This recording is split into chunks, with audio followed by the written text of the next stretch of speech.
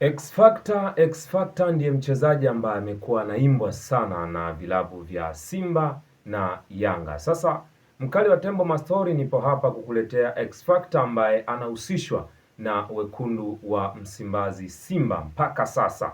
Ikumbukwe Simba anahusishwa na Faisal Feitoto.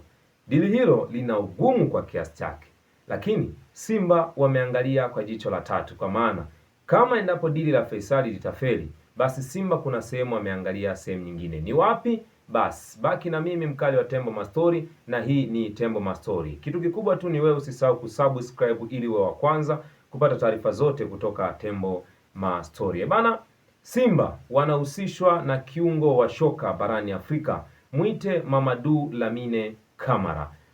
Mamadou Lamine Camara ni nani? Basi twende tukamwangalie hapa. Bana, huyu ni mzaliwa wa Senegali, maeneo ya Tavanane pale nchini Senegali. Alizaliwa tarehe 5 ya mwezi Januari ya mwaka 2003. Umri wa soka, umri wa mpira. Urefu wake ni futi 6 na inchi 4, kwa maana ya urefu kabisa wa kuweza kuzuia mipira mirefu na mipira ya chini. Kwa Mamadou Camara hilo halina shaka kwake. Bana, twende tukaangalie sasa ubora wake na mafanikio yake makubwa, na mpaka wekundu wa Msimbazi Simba wanahusishwa naye.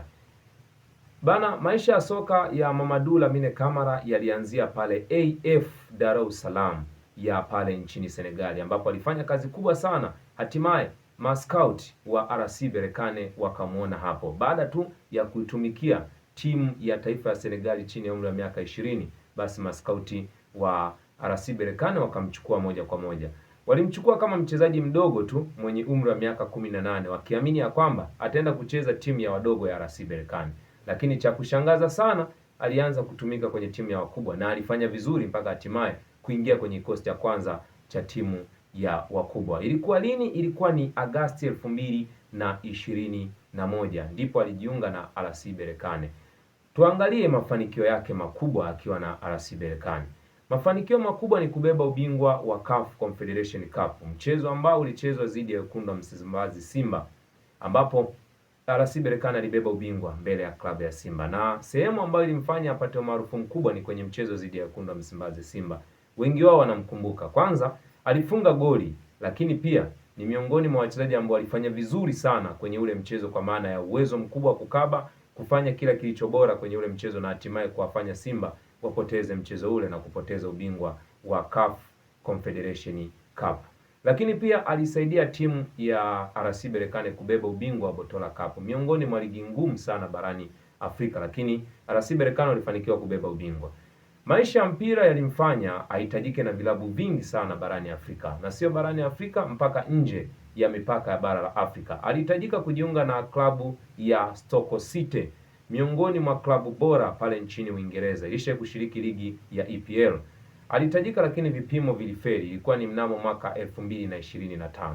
Hasa mambo yana mamboe. Safari yake ikamtoa RC Berkane kuelekea pale Al Tripoli ya nchini Libya, timu ambayo pia ilishawahi kucheza na wekundu wa Msimbazi Simba, kama unakumbuka, ya kina Jopa Asensio Mabululu. Ndio alijiunga nayo kwa ada ya dola 2.5, kwa maana ya bilioni 7 hivi na ushe.